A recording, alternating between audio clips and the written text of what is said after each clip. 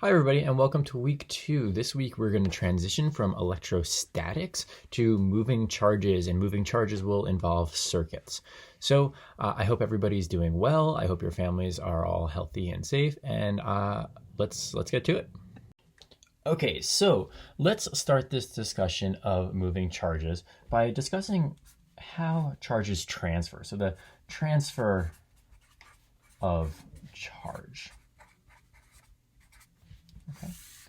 And in this, on this paper, when we're talking about transfer of charge, I'm going to draw spheres that look like this. And what I want you to know is that these are conducting spheres. And every single circle that I draw like that on this page will be identical to any other circle drawn like that.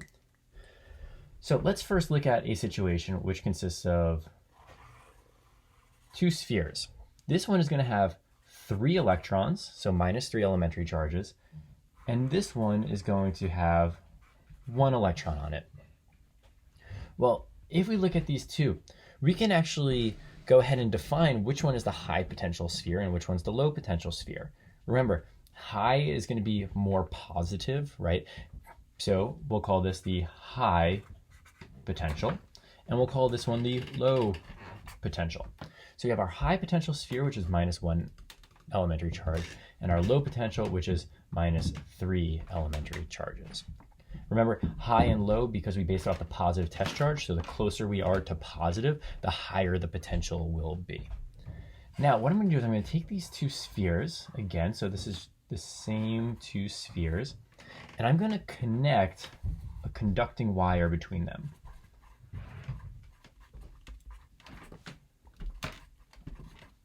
Well, if we look at the electrons on the sphere here, the -3 sphere, they don't want to be near each other. They want to escape one another. Here, we only have 1 electron, right? This one is more willing to take on electrons, and this one's excited to get rid of them. So what we're going to end up finding is we're going to have an electron run from the left one to the right one until we have 2 spheres, minus 2e and minus 2e. If we take a look at the total, right? If we look at these instances, here we have minus 3e and minus 1e for a Q total equal to minus 4e. Here we have the transfer happen, and then here we look again and we have Q total equal to minus 4e. So conservation of charge for our system of the two spheres remains true. Now for the individual spheres, conservation of charge is not true, right? This one actually lost a charge. This one gained a charge, right? However, for our well-defined system of both spheres, that charge is conserved. We can look at another case of transfer of charge. I'm going to draw those spheres again. And I can have one sphere, I'll draw them bigger now because I have a bigger sheet of paper, of plus 2 coulombs. And I can have a second sphere, again, those are supposed to be identical, please forgive my terrible circles. Okay, have another sphere of plus 6c. I'm going to do the same thing. I'm going to take the first one and the second one, and I'm going to put a wire between them. Then just going back here, we know, again, Q total is, what is that, positive 8 coulombs, okay? So we have positive 8 coulombs in a system here. Now, here's the weird thing, right? These are both positive, so why would electrons move anywhere? Well, look at it this way. This one has more electrons than this one, right? And this one's more positive than this one. So the one that has more electrons, those electrons are going to be really excited to go to the positive one. So we're going to end up finding electrons flowing in that direction. And I'm just going to put an E minus to represent electrons. It's not 1, it's going to be a lot more, right? Because we know a coulomb is a very large number of charges. Until in the end, when I look at the 2, well, I know my Q total has to be plus 8 still. Right? They're identical spheres, and so in the end, they need to end up with identical charges. So I'm going to end up having plus 4 coulombs and plus 4 coulombs. If I take a wire and I put them between again, I'm going to have no flow.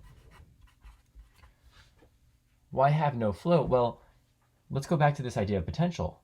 Here I have a low potential sphere, right? It's still positive, but it's less positive than this one. And here I have a high potential sphere. When I get to this point, do I have a delta V between the two, here I definitely have a potential difference, right? I have a high and I have a low.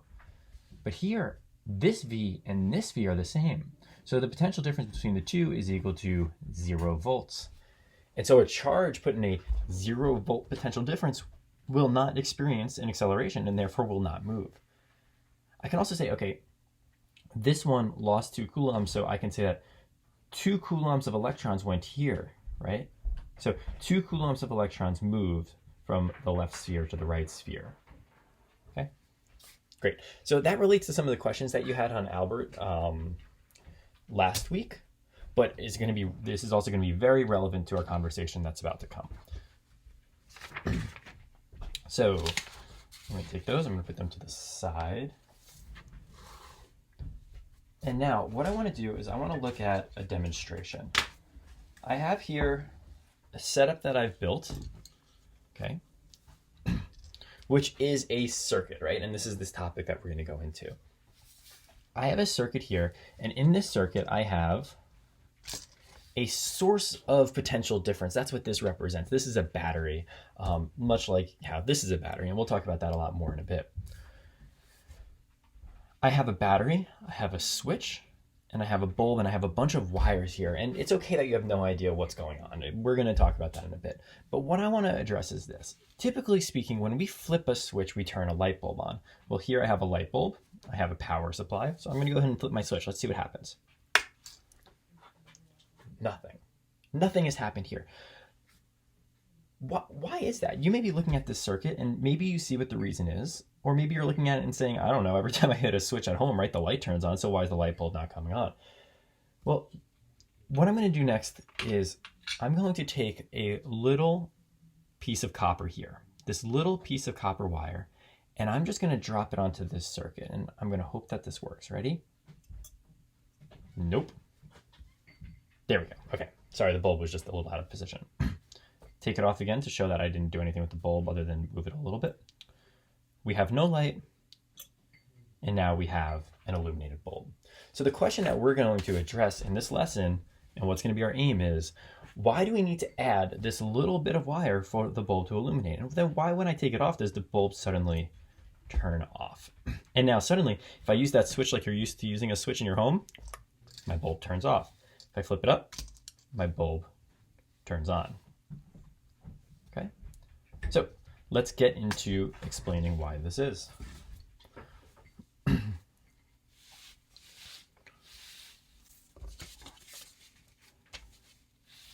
All right, so to get this conversation started, I want to just put our big title here, right? We're talking about circuits.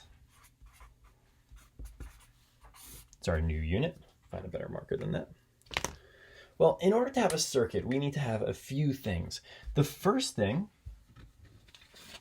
the thing that we discussed just before, is in order to have charges flowing, we need to have a difference in potential, right? We need to have some sort of an energy given to the charges within that circuit.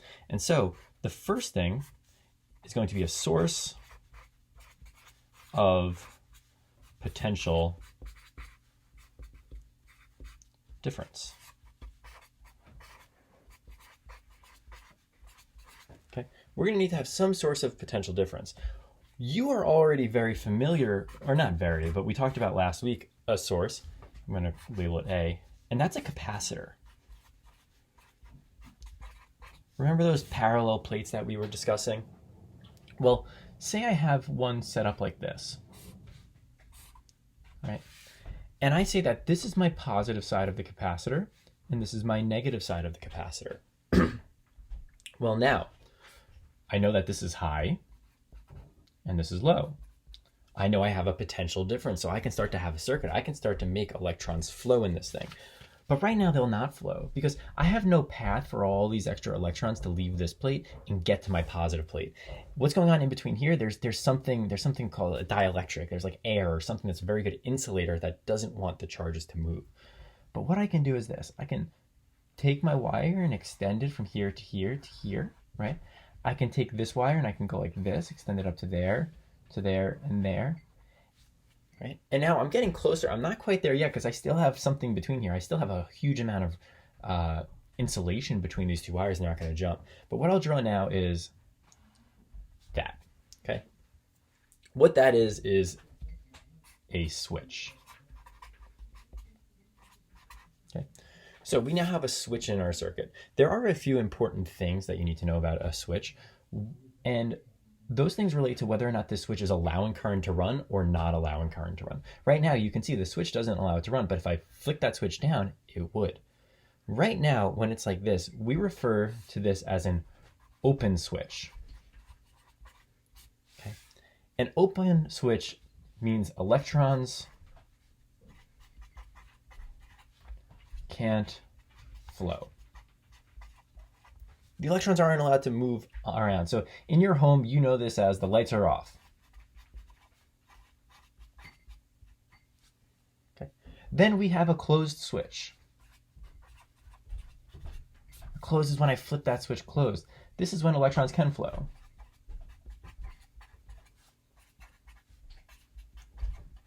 In your home, you would say the lights are on, right? I flip my switch and the lights turn on. Well, this is actually something that's a little trickier than you may realize at first, and that has to do with translation issues with different languages to English. I know some languages, Mandarin, Cantonese, Bengali, there are several others that I can't remember right now. They actually use the opposite when talking. So a translation of some of these languages would be, okay, open the lights. That means turn on the lights. Right? Open the lights means turn on the lights. And if you speak another language at home, I want you to think if that applies to you. But that's a problem because for us, opening the circuit means lights off, right? It's the exact opposite. And close the lights often means turn the lights off. Close the lights, right? But here, when we close it, the electrons can't flow, and therefore the lights are, can flow, and therefore the lights are on. So it's the opposite. So if that applies to you, I want you to just make a mental note of it, because I don't want you to end up getting yourself in making a silly mistake on a test or something of the sort because of it. So now, what we're going to do is we are going to choose to close our switch.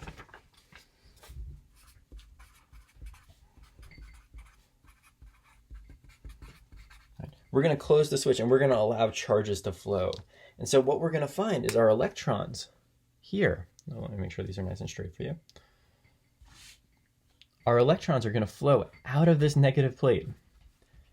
Here, up, we're imagining that this thing is closed now, over to here, right? So our electrons are flowing throughout this circuit in what is now a counterclockwise direction, like that. Okay? Why do they do that? Because there's a potential difference, right?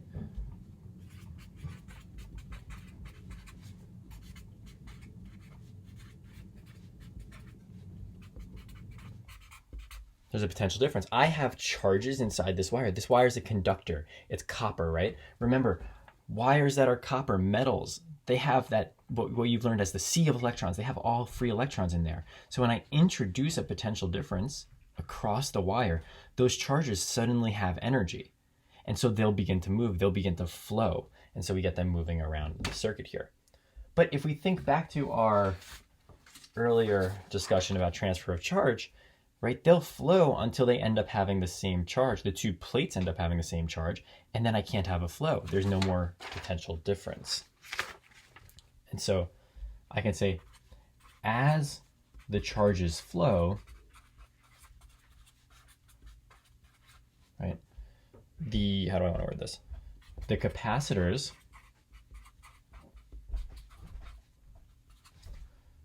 delta V becomes 0 and flow eventually stops.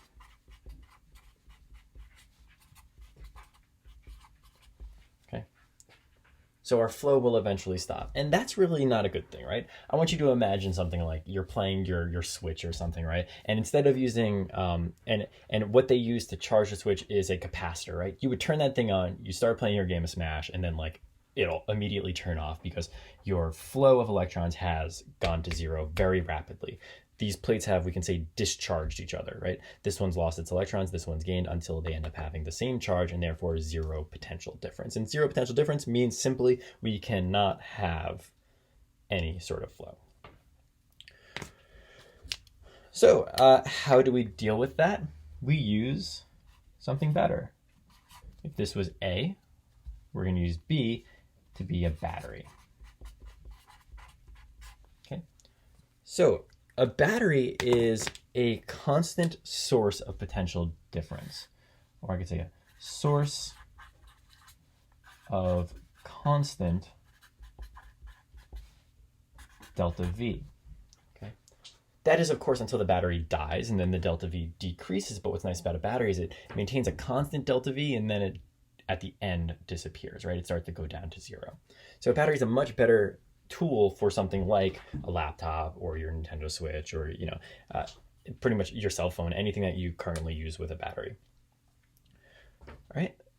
Now, when we're building a circuit, we're going to have to use a circuit symbol for a battery, and that circuit symbol is going to look like this. Draw like that. Long line, short line, long line, short line. Okay. Now, a battery provides a potential difference. There is a system here. That system doesn't really involve how many of these things you draw. You just have to make sure you have a long one and a short one on each side. And the long one will always represent the positive side, and the short one will represent the negative side, or in other words, high potential here and low potential here. Okay, that's how we draw those batteries. Now, each of these little things of a short and a long, that's what we call, I'm going to put like a little note over here. This is called a cell, okay? And a cell looks just like this. And we have the same thing, positive, negative. In the circuit diagrams you're going to deal in this class, we can have cells or batteries. They really mean the same thing to us. A battery is just an arrangement of cells, okay? We'll talk about both of them.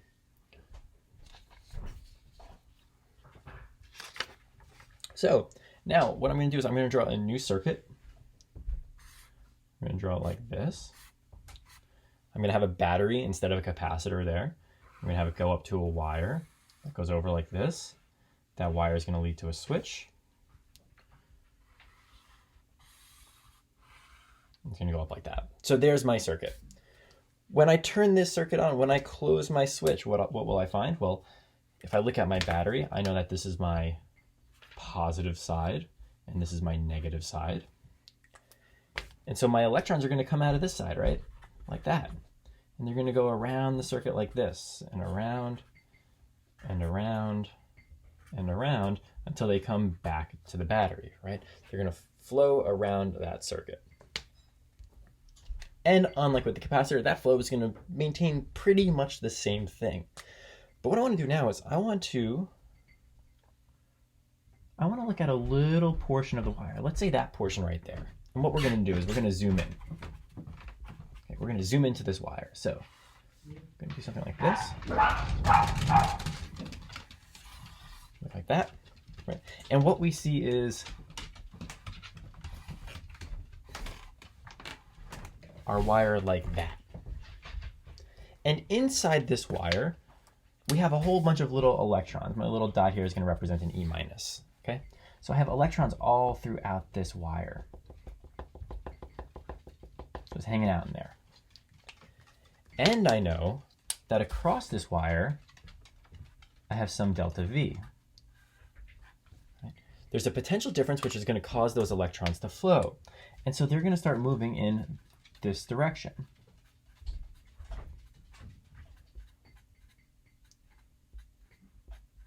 Like that. Okay? They're all moving along like that. As these electrons flow, what we're going to say is that these electrons have something called, this is going to be part 2, if a circuit requires a potential difference, that potential difference results in an electrical current.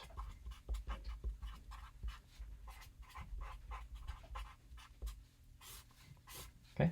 That current is the motion of these electrons, right? It's the thing that I've been using the word flow, and I've probably used the word current on accident a few times. It's how much they're flowing, but we need to have a way of quantifying how much they're flowing. the way we're going to do that is we are going to draw,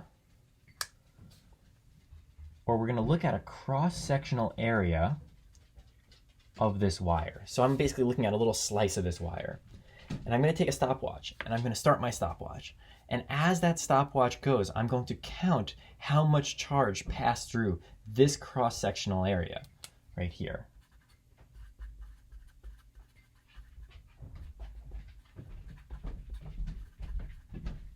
Okay. I'm going to count how many charges go through that cross-sectional area. And then I'm going to say, okay, I had 3 coulombs pass in 1 second, and so therefore I had a rate of flow or a current of 3 coulombs per second. And that really, I think that naturally segues to our definition of current, which is the rate at which electric charges pass a cross-sectional area.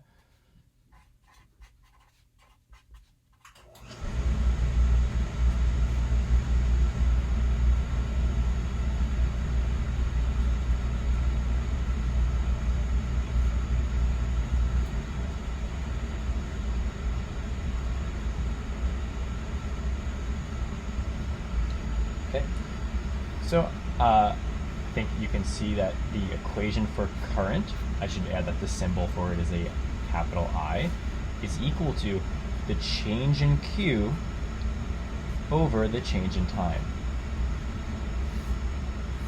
So the amount of charge to pass that cross-sectional area per unit time.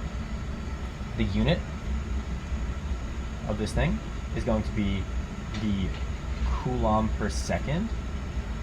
All right, 1 coulomb per second, and that's going to be equal to 1 ampere, which you've probably heard of as 1 amp, or we can say 1 capital A. That's current, right? It's the rate of flow of charges in this wire.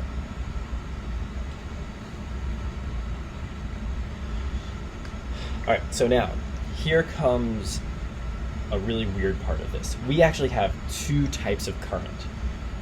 There's one that you're already really familiar with, and that's electron current.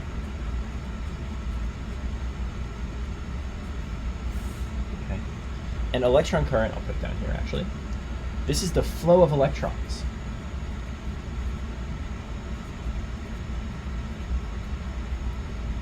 Okay. It's the direction that the electrons are going. So here, if I wanted to look at my electron current, that would be everything that I have in red. Okay. That's electron current. But then we have something called conventional current. Well, let's think back. When have we recently heard this word convention, right? That conventional positive test charge, right? We talked about the positive charge. I want you to rewind to, the 1800s sometime and think, how did they discover these charges, right? They discovered them through charging by friction, right? And other sort of physical observations on the macroscopic scale. They noticed, when you touched a doorknob, you would get shocked. There was something happening there. There were things moving.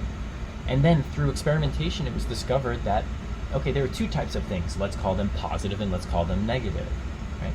And then through multiple forms of experimentation, they say, okay, one of these things seems to be, our models will work if one of these is moving and one isn't moving, but we don't know which one is and which one isn't.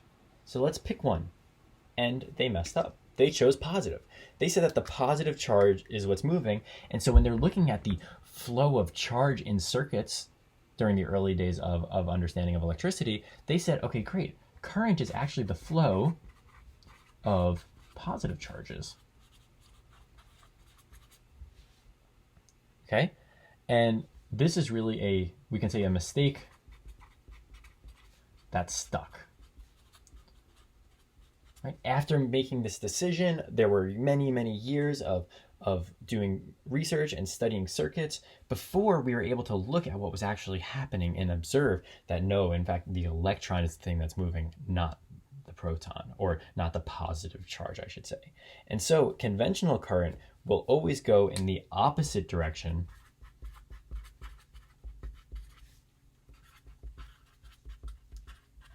of electron current. And even though this seems weird and is wrong, it actually works just fine. We can say that the conventional current goes, I'm going to use an I to represent it, in this direction. And one way to maybe make that make a little bit more sense to you is if I have a electron move this way, it's almost as if the hole that came in the atom due to the loss of the electron moves in the opposite direction. Okay, a really good demonstration I like to do in class, but unfortunately I'm not going to be able to make this make much sense. But please know that conventional current is the flow of positive charges. And what may frustrate you even more is that we're going to be using this one a lot. Okay, this one is important as well. I'll put a star there too. When I ask you for the current, I'm usually going to be referring to the conventional current. This is not the sort of thing where like, oh, if you guess wrong, you'll get it wrong. It's in the end, you'll see that this isn't actually going to affect that much for you. All right, so even though that's weird, something is going to start to make a lot of sense. And you may have been asking yourself this already. Go back to this one right here, right? Which way did the electrons flow? Well, from the low potential to the high potential. That's really weird, right? Well, if we look at my parallel plate capacitors, where did that sheet go? Underneath here somewhere. Yeah. Parallel plate capacitors, which way did the electrons flow? Low to high. Right? Look at my battery. Which way did the electrons flow? Low to high. That's a terrible system. Why would we want things to flow from low to high? We all know that in gravity, things flow from high to low. So when we created this convention of high potential and low potential, you start to see why it works for conventional current. Current, just like on a hill and a river, flows from the highest potential energy to the lowest potential energy in that direction. All right. So that's electrical current. Now we're going to move on to the third part of a circuit, and that's going to be electrical resistance.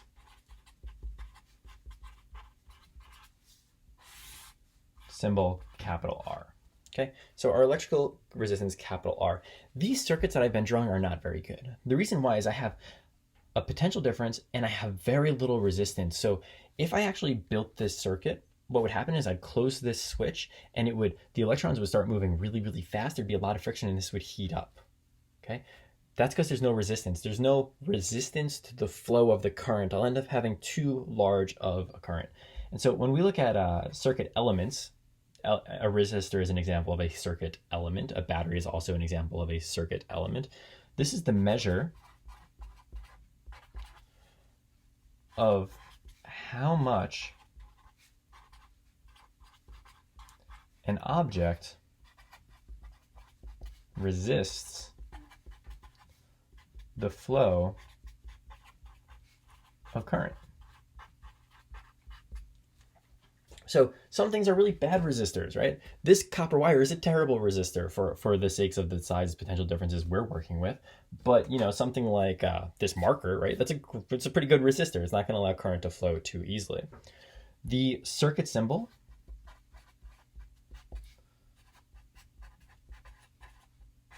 that we'll be using looks like this, kind of like that. Again, just to be clear, there are no rules for how many of these little thingies you put. I like to always put 3 to 4 because if you use like 1, it starts to become a little unclear if it's a resistor or just like a little kink that you drew in your circuit. So just try to stick with that 3 to 4. But I mean, if you just go like this and then squiggle, you'll pretty much be fine. And then the unit of electrical resistance is the ohm for the Greek letter omega. Okay? So we'll be dealing with the Greek letter omega.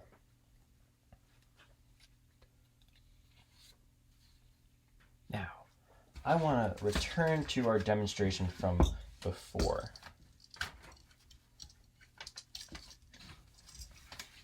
So here is my setup. Okay, I'll flip my switch on. Am I still plugged in here? I should be. Oh, that's not on it, right? So I put this wire on top of here, and my bulb illuminates. If I remove it, it goes out. Well, we have some of the language that we need to talk about this so far. This is my battery. I actually don't have a battery under here. I'm using a laptop power supply, but we're going to call it a battery because it supplies a nice constant direct current, or DC voltage. I have my high potential plate here and I have my low potential plate here. Let me remove this wire for a moment. If we follow the path of the charges, of the current, the conventional current, the positive charges, right? It's going to come out of here, through this wire to my switch, right? My switch is flipped on, so it's as if it's just closed, right? Goes here, comes out this wire into this portion here. But now things get a little tricky. I actually can't talk about this yet, can I? Because what is this thing, right? You obviously know that this is a light bulb, but how on earth does a light bulb work? Well, let's dive into that a little bit. So a light bulb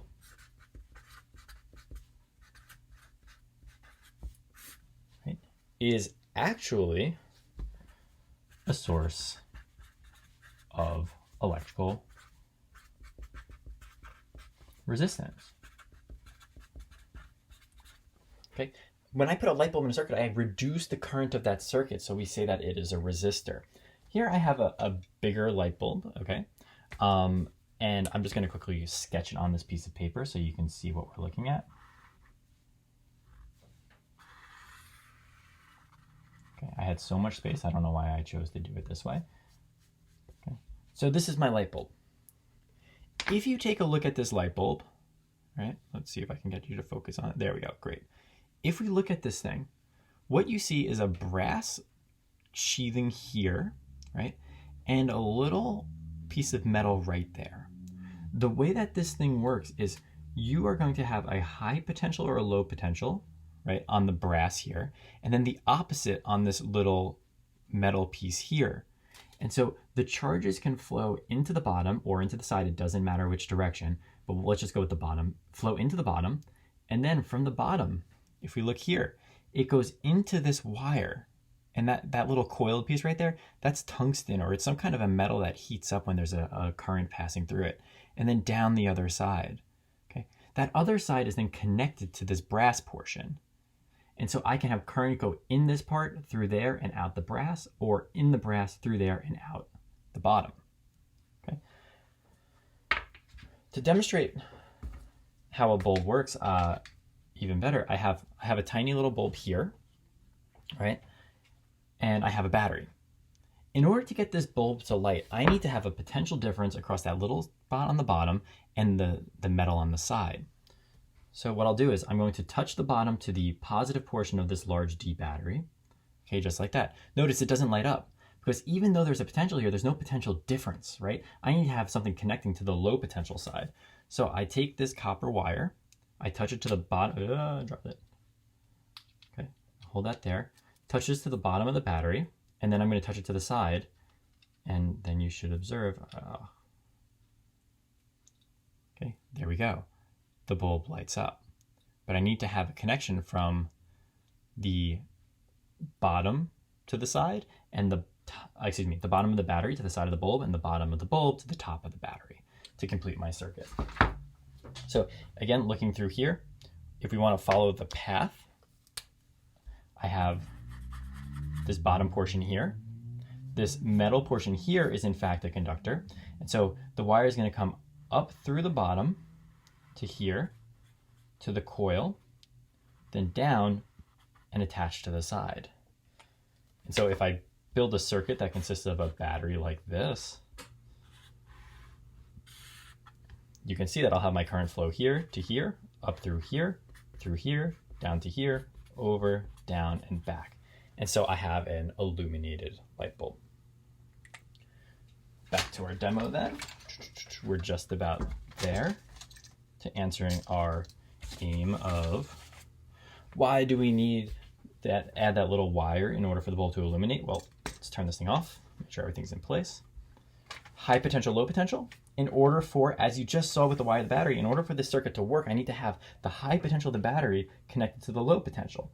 Just like I had here, right? I needed to have the wire connect to the inside of the bulb. Well, current's gonna flow through here, down to here, through my wire. Oh, well, we have a problem, my switch is off. Switch on, right? Through the switch into the bulb here. Well, this bulb has brass on the outside, right? This clip right here, all of these clips, we don't have to worry about any of these yet, but we'll get to them in the next lessons. This clip is also brass. So when I connect the brass of the outside of the bulb to the brass here, I'm allowing the current to pass in through the bulb and then down to the bottom portion where it's connected to this copper, again, a good conductor. It passes through this copper to here, goes through the wire to here, and then here. But wait, hold on. There are two paths. It can go down here, or it can go to here. In fact, it can even end at the end of this wire. So these are three portions where the electrons can choose to go. But if we look here, there's nowhere to go from here. It's empty. So charge can't flow. There's no potential difference. Here, same deal, same problem. Here, I have the same problem too. But if we follow the other side of the battery, right, it goes out here, to here, to here, to here, to here, same problem. So I have no connection between the high potential and the low potential, and so I have no potential difference across the bulb. Okay, it's basically the same thing as me doing that and it not illuminating. I need to have a connection. So what do? I take a little wire and I connect here, and that will connect my high potential to my low potential.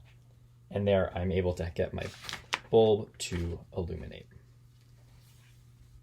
Now, before we finish, let me flip the switch here. I want to just quickly look at a sample problem involving current. So the question is, how many electrons, let me take the answer away.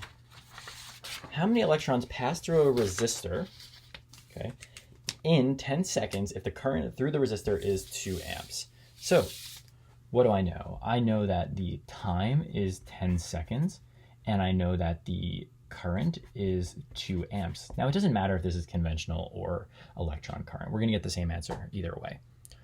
So I is equal to delta Q over delta T.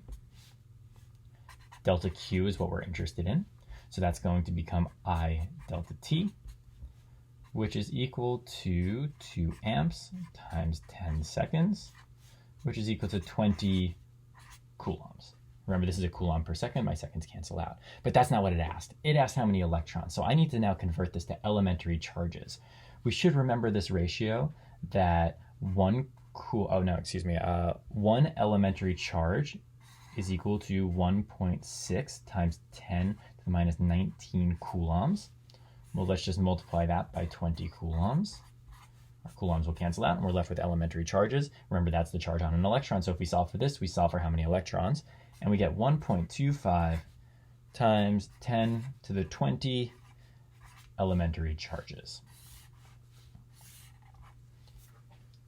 Okay, so there you have it. We've gone through the most important components of a circuit. We have 1, the delta V, we have 2, the current, and we have 3, the resistance. Okay, so those are my 3 important parts of a DC circuit and the type of circuits we're going to be working with.